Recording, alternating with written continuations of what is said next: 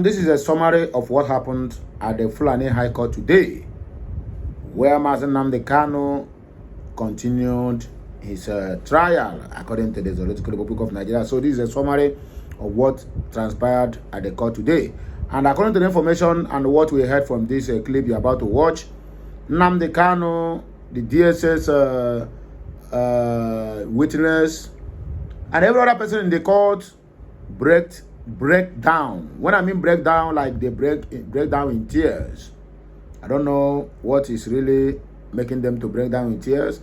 Is it the tears of joy, or tears of sadness, or tears of sorrow? You are well and yet to find out. But I'm going to hear the whole details as we watch this clip. So please let me know your opinion at the comment section of this video. Like, share, comment, and keep subscribing for more interesting videos coming your way. I, Okulora, is here to serve you as we are rounding up for today's message, because this will be our last post for today, 14th day in the month of May in the year of 2025. So please don't touch the dial. Let us watch that clip together, and then we'll come back for more discussion.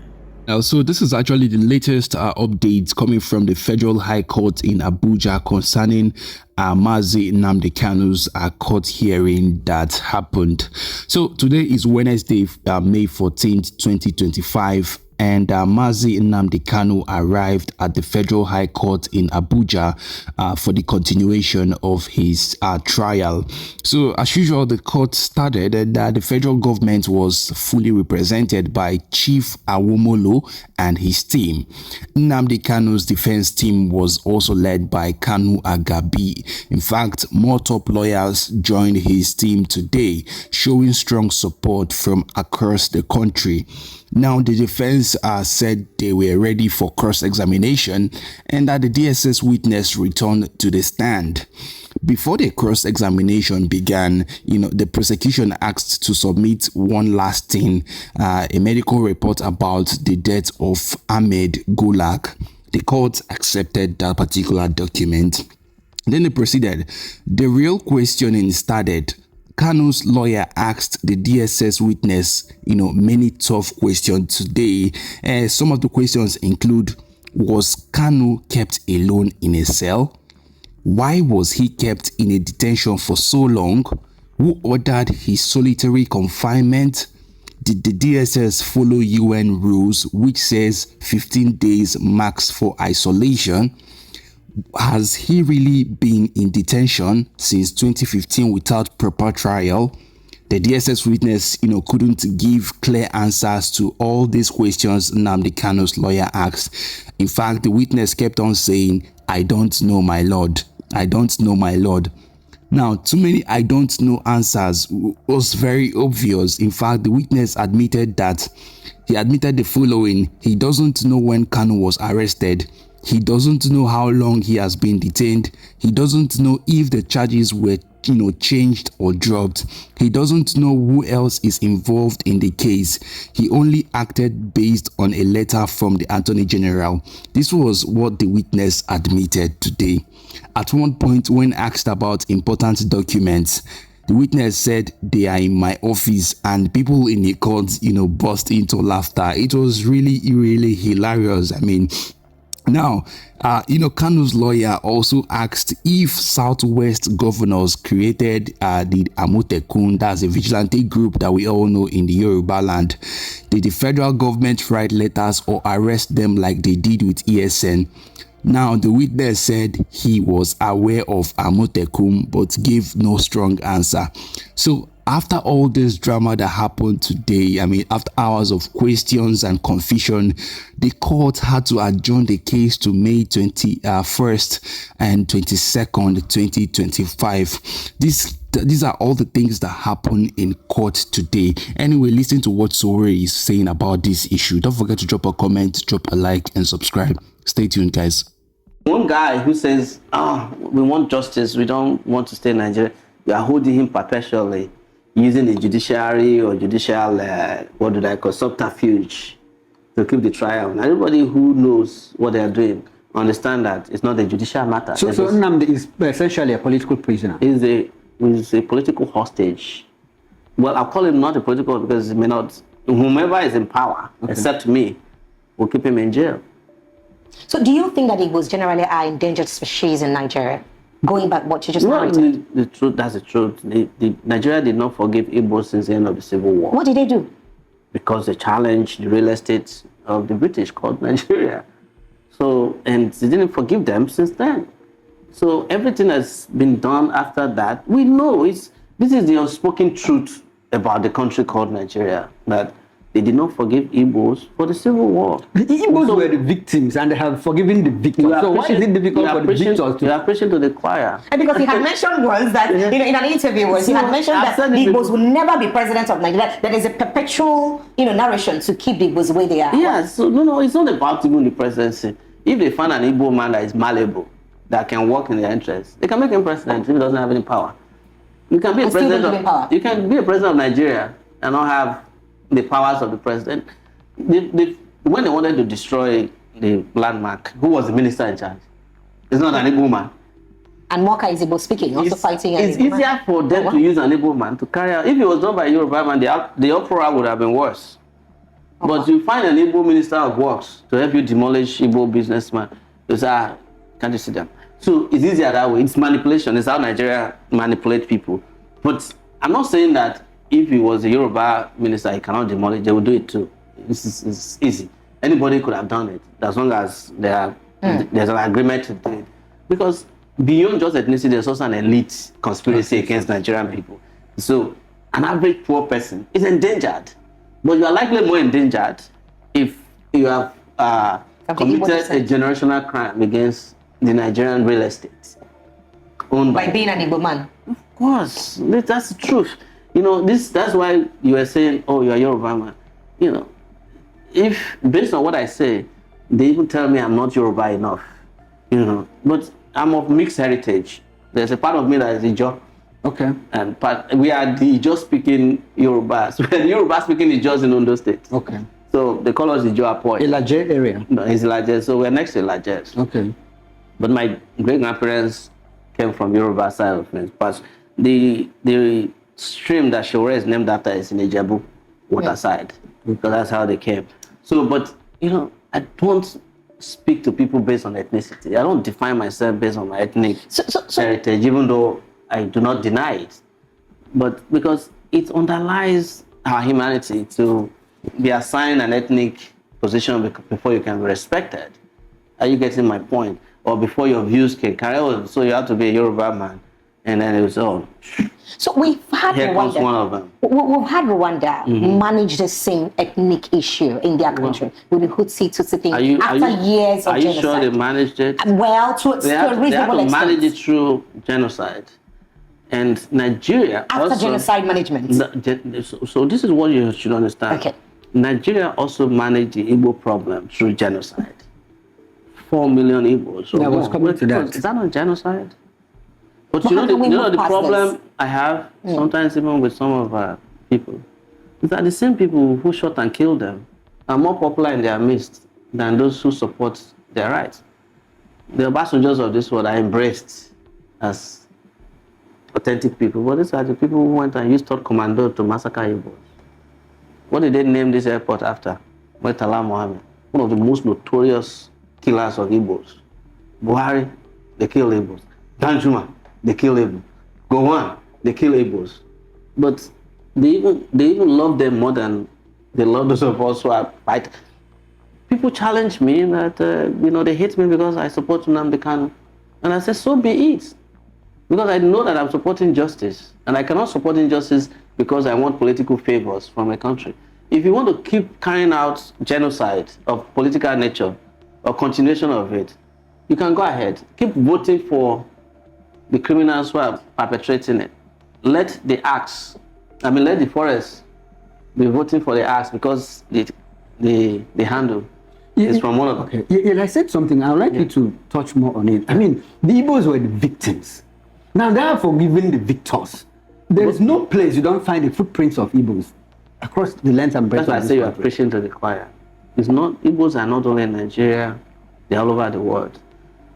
I went to Alabama in the US, and the only pharmacist there is an Igbo man Selma, Alabama. You've heard about Selma?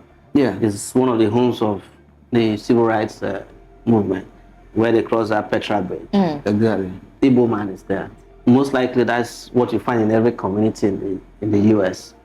Igbos are distributed all over the world. There's this urban legend that if Igbos cannot live in a place, the place is not livable.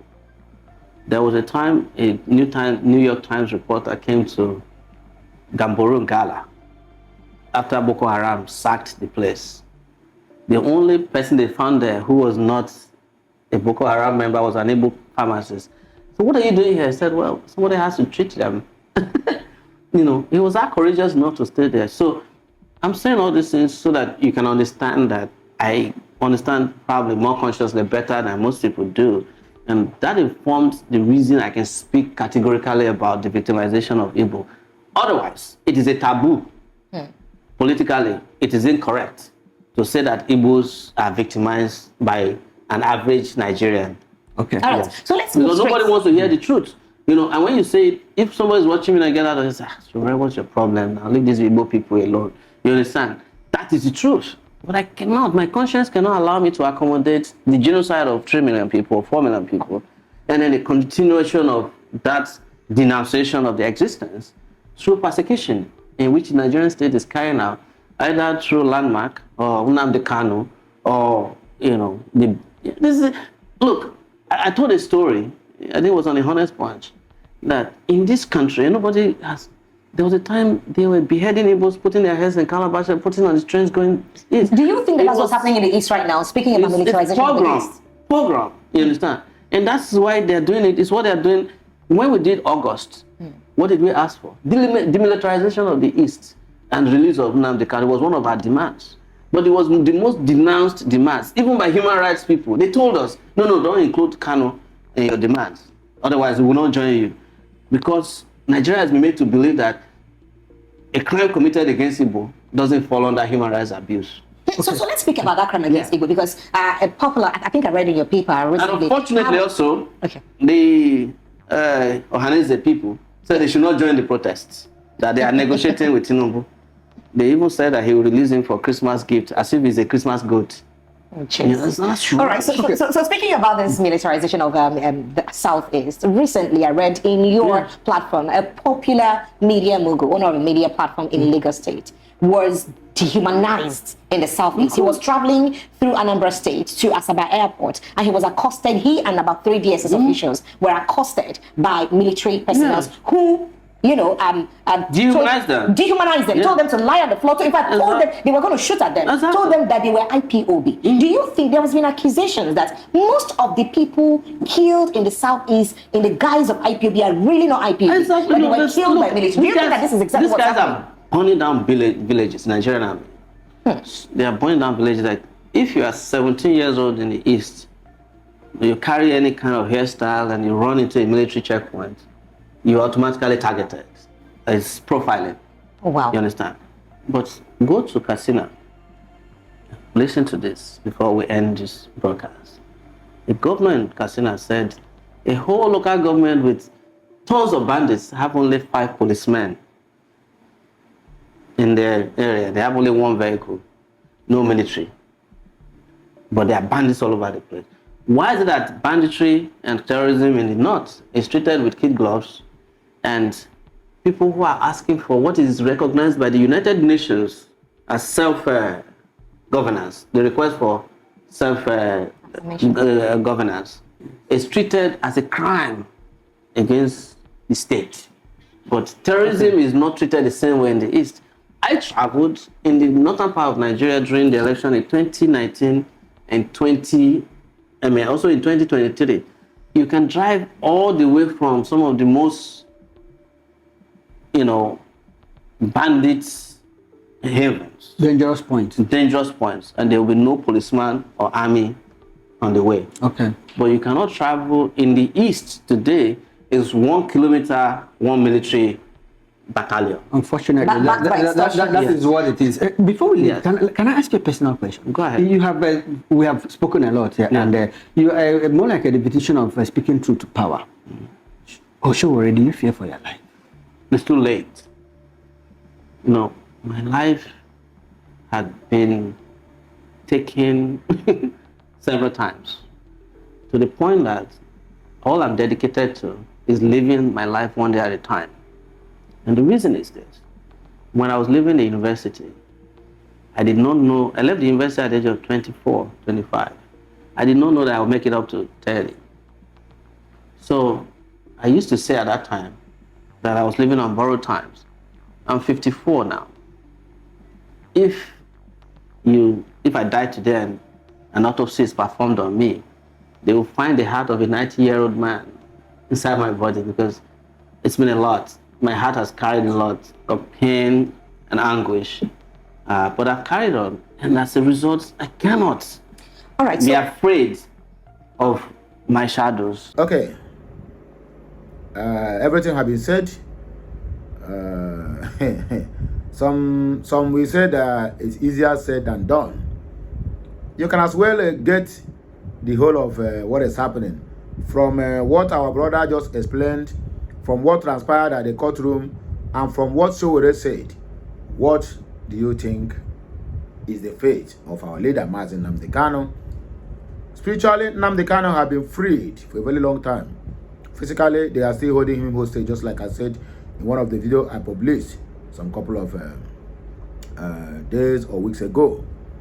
So you can see that the prosecutor, or rather the defendant, which is Nnamdi Kanu, with his team of lawyers and SANs, leading by Carlo Agabi, to the extent that even the so-called DSS witness lost control. He lost everything. He lost the zeal to answer questions again, because they know that they are lying to themselves. All these things are just for them to make sure that they send Nnamdi Kanu to prison. That is exactly what I'm seeing here. That is what I am seeing here. The Fulanis now have given Tinubu a kind of lifeline. Yeah, they have given him a kind of lifeline that is either he sends Kanu to prison or they will not vote for him 2027. That was why now Tinubu make a U-turn now. He will abandon Nnamdi Kanu and then begin to rapport from all the whole southeastern states. Go and mark my word, Tinubu will still go back to southeast again. Maybe now they will persuade Alex Otina. If you have anything you want to commission, call me, I will go there. And when you go there, they will then carry him and go and give him another chieftaincy title. Likewise, he will still go back to Enugu State again. He will go to Imo State and he will go to Ebonyi State. Just to show the Southeasterners fake love to look for their vote come 2027. Some people will say, even if you vote or you don't vote, they are still going to lead the election. My brother, they need numbers to rig an election. Not only when you have a one single voter, then they want to do a magic for that one single voter, which everybody knows, which everybody sees, which everybody witness, to become a 1 million vote or 1,000 vote or 100,000 vote. You know, it is not possible. So they need numbers to be able to rig an election. And I will not be surprised if Tinubu will go back to Anambra State again before 2027. And I will not be surprised if Tinubu will turn the whole Southeast now to become a tall zone for him now, because they want to abandon Nnamdi Kanu and then look for relevance from the people so that they will say, Tinubu love the Southeasterners. It's fake love, ne? Fake love. When Tinubu go back the second time, my brother, Igbos will smell road. Go and mark my word. If Tinubu assume that office second time, despite the fact, for me, I support Tinubu to go back. Let some people need to learn more lessons. Let their hardship be more severe so that a lot of people will join this Biafra struggle. To me, Bola Ahmed Tinubu, we say this to you. We the Biafrans, the genuine and real Biafrans, we are going home. That is the way I see it. I don't know about you. But in as much as we want Biafra, you can as well understand that the 5 states of Biafra are still under the control of the zoo. Yes. Let us stop lying to ourselves. That is the simple truth. The only thing we are fighting now is just to take control of our territory. Not because of the mineral resources, but let us just get take control of the territorial integrity of the Biafra land, which is the comprises of the south, south, and the southeast.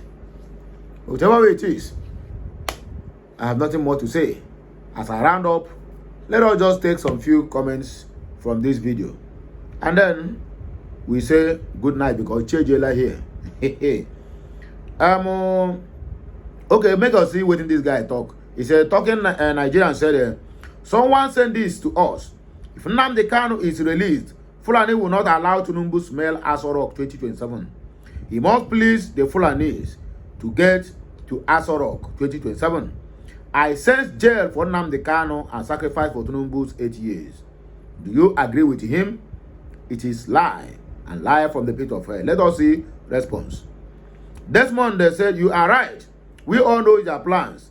That's why all of a sudden he is very interested in the southeast and showing nonsense concern. But we are not fooled. There's no way Igbos will vote Bola Ahmed Tinubu. Freshman said it is not easy to jail Nnamdi Kanu just like that because the case has gone beyond Nnamdi Kanu and also Nigerian government alone. Nigeria is in deep shit. That is their fear. This case have gone beyond because all the whole parliament in US are aware of Nnamdi Kanu's case. So you can't just come out now and say, I will jail him because I want to continue 8 years. All this trial now, they're just using this trial now to buy time. Maybe they're not going to release Nnamdi Kanu soon. It will be maybe after 2027.